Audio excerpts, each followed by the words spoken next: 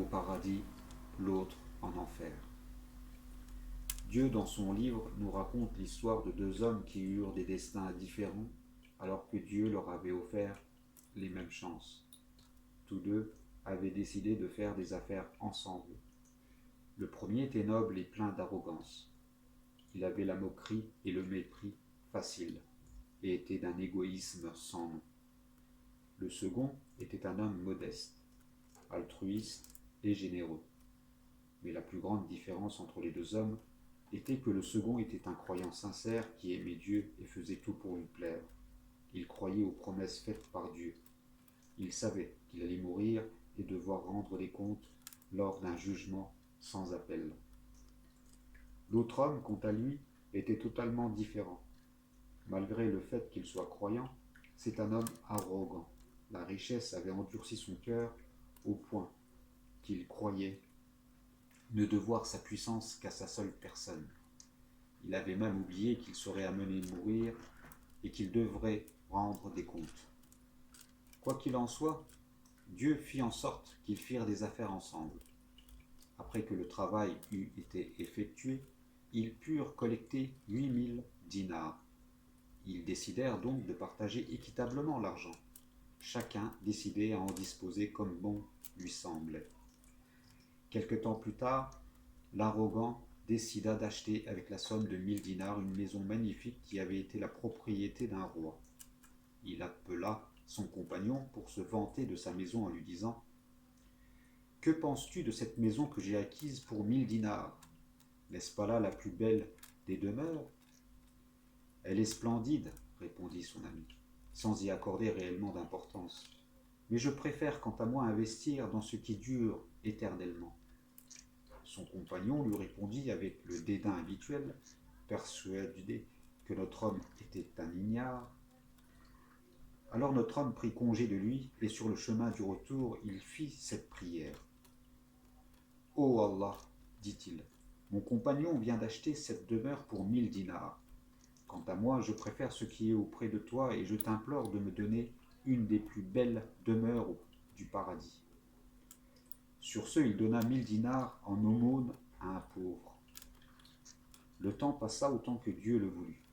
Puis l'arrogant décida de prendre épouse. Mais il ne voulait pas n'importe laquelle.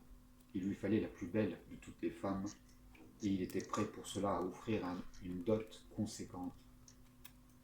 Ainsi, il décida d'aller demander en mariage la plus belle fille de la cité et lui offrit 1000 dinars de dot.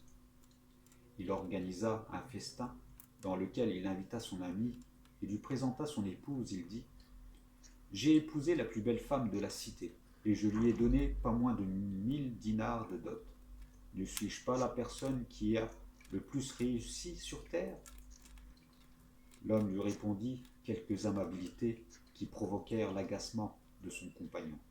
Puis il prit congé et partit sur la route. Il fit cette prière.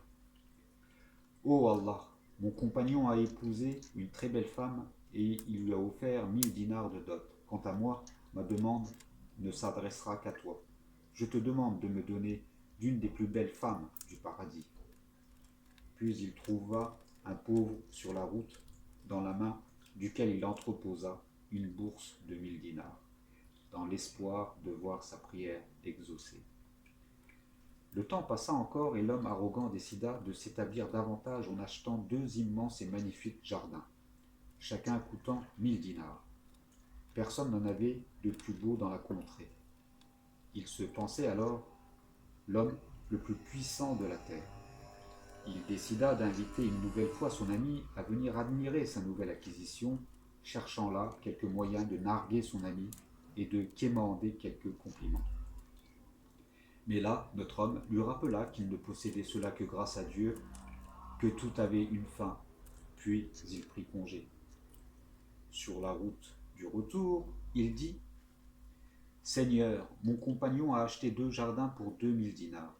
Quant à moi, je préfère mettre cette somme entre tes mains en te demandant de m'accorder les jardins du paradis. » Et il donna les 2000 dinars qui lui restaient en aumône à des pauvres. Le temps passa, et bientôt les 2 hommes eurent à subir la rencontre avec l'ange de la mort. Celui qui avait dédié et décidé de mettre son argent entre les mains de Dieu, fut emmené au paradis par les anges. On lui présenta la plus belle maison qu'il avait jamais vue. En sortit la plus belle des femmes, si belle que le sol qu'elle foulait de ses pieds s'illuminait aussitôt. Elle le salua en lui disant « Bienvenue à toi, mon cher époux. Comme l'attente de ta venue nous a semblé longue. » Et on l'emmena ensuite dans 2 jardins immenses, comme il n'en existe pas de pareils sur terre, en lui disant qu'ils étaient désormais les siens. Il reçut bien d'autres présents que Dieu seul connaît, et notre homme se rendit compte combien il avait fait un usage profitable de son argent et de sa vie. Il était désormais là, à jouir des promesses de Dieu. Il regarda ses jardins, son épouse et sa demeure, quand soudain il se souvint de son compagnon. Il demanda alors à l'ange « J'avais un compagnon sur terre qui avait pour habitude de dénigrer mon rapport à Dieu. Il se moquait de mon adoration qu'il jugeait excessive. Qu'en est-il de lui aujourd'hui ?» L'ange lui répondit alors « Ne te préoccupe plus de lui, il est en enfer. » Il demanda à le voir, et l'ange lui montra alors la vision la plus horrible qu'il soit. Il vit son ami au milieu des flammes de l'enfer, subissant les coups de fouet, la chaleur et l'eau bouillante. Il était là à crier et supplier qu'on l'épargne.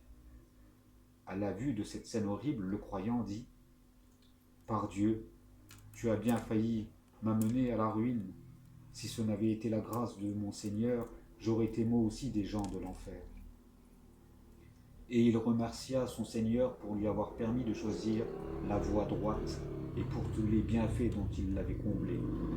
Encore aujourd'hui, cette histoire résonne comme un rappel pour montrer combien les biens de ce monde sont temporaires et que l'homme serait bien idiot de ne penser qu'à construire dans ce monde, alors que la demeure véritable et éternelle est auprès de Dieu.